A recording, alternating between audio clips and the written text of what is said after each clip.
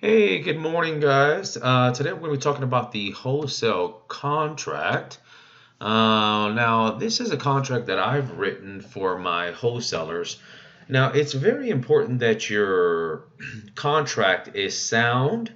That means that there's no loopholes, that the contract is written to protect you because you are the partier. So if you use like a state contract, like a Texas or Arkansas or California contract, they're going to be written to benefit both seller and buyer.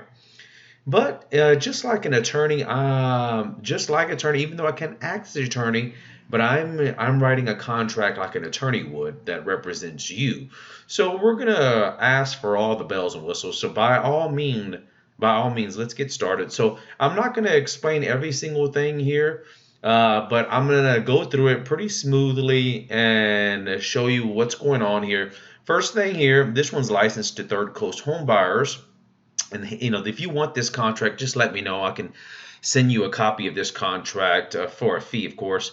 But what I like to keep in mind is when I wrote the contract, I made it very easy, especially the first page. Who's the seller? Who's the buyer? Lot block, legal information here. Because if you don't have the lot block information, you're not clear, it can muddy up the title whenever you go to closing. So you want to have the lot block subdivision legal address, not just the address, because there's a lot of loopholes in that, meaning that, oh, wait a minute, that lot's not included next door. You didn't put that in the legal. This is not a part of that address, like 827 West 26th Street. They might have an extra lot, so you have to be super clear and put the legal address here, lot block subdivision plat, all that good stuff. Improvements, accessories that go with it, exclusions, name those there. Like they say, I want to keep my chandelier, write it there, because you want to be real clear about what's a part of this transaction. You don't want any problems at title. Oh, I've had it where even like a riding lawnmower was put in there. Like you negotiate every single dollar because, yeah, you're saying, I don't need a riding lawnmower, Alan. No, it's thousands of dollars. You get it, resell it, do whatever you got to do. Sales price, I put in here real nice and easy. Cash, financing, sales price. Who the title company is. Make sure they initial each page. Title company, name, address, phone number, escrow officer, title, email. All that stuff real, because this is the first 2 pages. Really, the first page is what the seller will be looking at. I don't want you making a big fuss about, oh, we're going to go through it. No, they don't even read this. Here's the first page. Usually, most of the time, just initial here. 99.9% of the time, they don't read it. So you're going to have this contract that benefits you. Okay, who pays the title policy? I'm putting the seller does. Okay, not even an option there. I'm just going through. These are some of the things that the title company, that this contract is written for. Liens, everything must be paid. All taxes must be paid. Title commitment must be given to you 20 days within 20 days after the title company receives the copy of the contract. I put a lot of days in there, just another loophole. Within 10 days of the seller must furnish another survey. If he doesn't, he gives you an exit out of the contract. Objections. You have 10 days after you receive the title commitment. You have 10 days to exit out of the contract based on Schedule A, B, and C. Why is this important? It's because it offers you, the wholesaler, the buyer, another loophole to get outside the contract and get your earnest money back, because most of the time you will be trying to resell this contract. Sometimes you'll be buying a property for yourself, but that's not the case in this situation. You're wholesaling. So HOA information, I must get that information. I need it. Offers you another loophole. Let's see here. Of course, you initial each page. I'm just going to go through this rather quickly. I know you guys who have the contract can just look at it. Buyer has not received the notice within 3 days after the effective date. Do not check. Buyer has received the notice. Always put buyer has not received the notice, and when 3 days after the effective date of this contract, that you should receive it. If you don't receive it, you can terminate this contract prior to closing, and earnest money will be refunded. The reason why offers another loophole to get out of the contract in case you need to get outside this contract. You cannot find another buyer. You need to get your earnest money back. Protect your money at all. Protect your money at all cost. So accept the property in its condition, but it does not mean that as far as inspections. So see how property as is and does not, as long as you are within your option period, you're going to do negotiations for that contract during the option period, during whenever you can back out. Okay, so just because you read that doesn't mean there's some little things there. It does not mean, okay, lender required repairs and treatments means exactly that. Sometimes if you go with a lender, he may say, hey, you need to put a stove in there. Yeah, that's FHA rules. It's not my rules. It's weird. Or he might say, hey, you need to do that roof, or you need to fix that ceiling or whatever in order for us to, fund the loan. So yeah, some of these things have to be done, and that's in there to protect the buyer, the wholesaler, you. Blah, blah, blah, blah, blah. I'm not going to read through all this. Residential service contracts, buyer at closing. I'm going to go ahead and modify this real quick. I'm going to put $450 here. Control Y. And actually that 550, actually I'm going to make that change right there, because the reason why a residential service contract, a home warranty, is only $350. But sometimes you'll have double air conditioning, sometimes you have double refrigerator, sometimes you'll have a pool, and just going to add extra fees in there. So I already put $550 in there. That gives you most 90% of the time will give you enough, okay, to add the appliances, everything for 1 year. Anything goes wrong within 1 year, and then you can have that fixed. You just pay a deductible. Broker fees. Seller shall pay all fees and if applicable. But I'm going to show you if there's no realtor, I wrote this contract so that you can get a credit.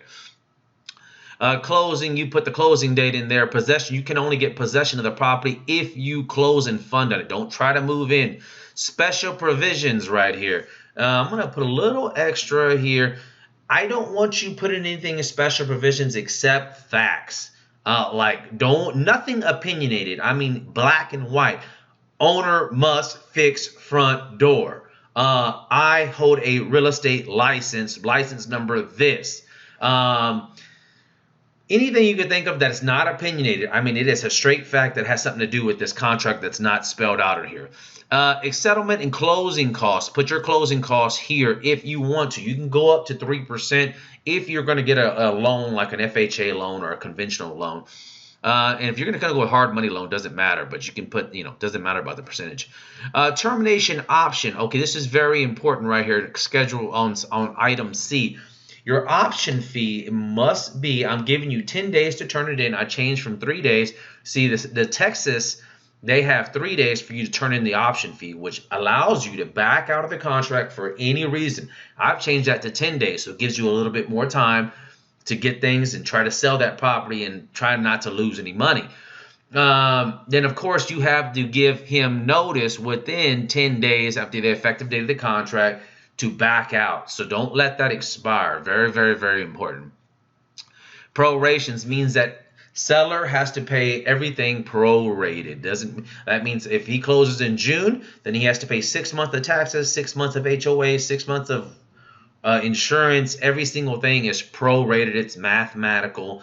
It's not like I didn't know I was going to pay for it. No, it's spelled out. You prorate. Okay, if the buyer fails to comply, seller comply, yeah, same thing. You have to comply. So that's why you have to have a bunch of loopholes to back out of the contract in case that are favorable to you, the wholesaler, so you can back out of the contract, get your earnest money back. But if all things fail, you go to mediation. You guys kind of, hey, was outside the loophole, or you missed an initial, or you missed a signature. Then somebody kind of sits in the middle. You guys kind of sit and pay him like a lot of money. Mediators make about $50 to $100, even $200 an hour.